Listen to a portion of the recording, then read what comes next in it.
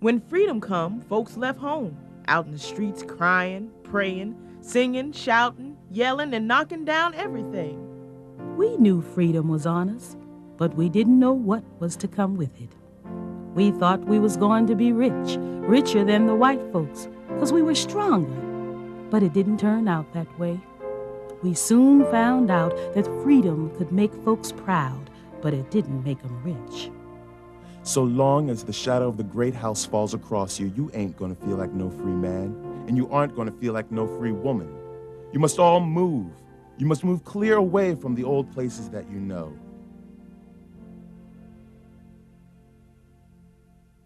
When the war was over, the freedmen, the newly emancipated blacks, did things you would expect them. They tried to define freedom. They tested freedom by doing things that they couldn't do as slaves.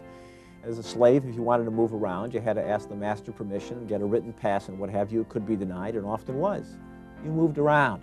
You simply walked around to see what it was like to be free. But it wasn't aimless walking. It was walking to reunite with family members who might have been sold away during slavery time, or you've been separated during the war because of all the upheavals with armies tramping about and invasions occurring and you fleeing bondage or some other member of your family fleeing bondage, so you tried to reunite your families.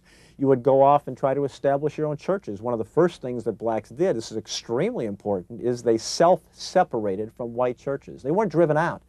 They understood that religion was important and they wanted to define it in their own terms.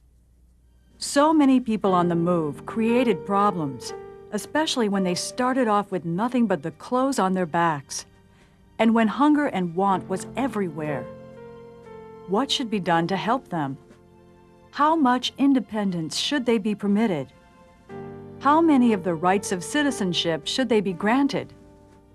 The old rules of slavery didn't apply anymore, but the new rules of freedom were not clear either.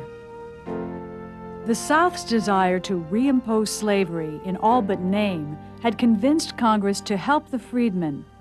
During Reconstruction, the federal government would try what no other former slaveholding nation has ever tried, to protect and assist a people that had for centuries been held in bondage.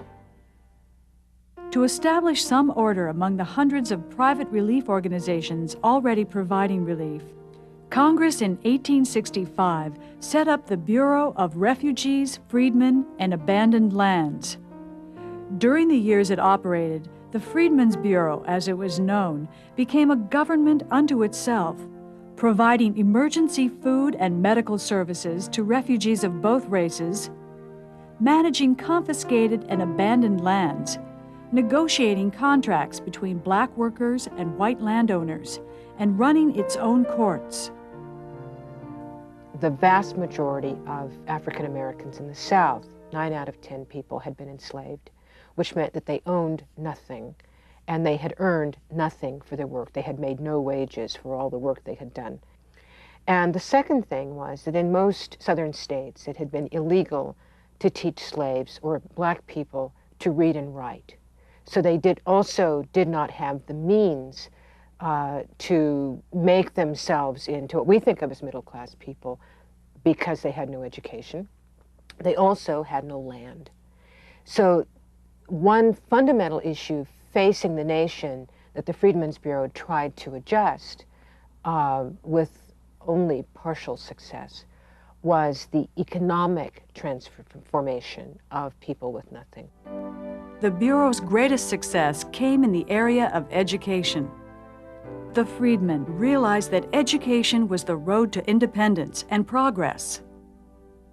Spurred by articles written by wartime volunteers, thousands of teachers, both black and white, poured into the South.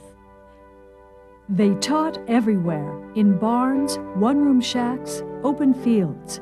By 1869, more than 9,000 teachers working for the Freedmen's Bureau were teaching close to 300,000 students and running more than 4,000 schools.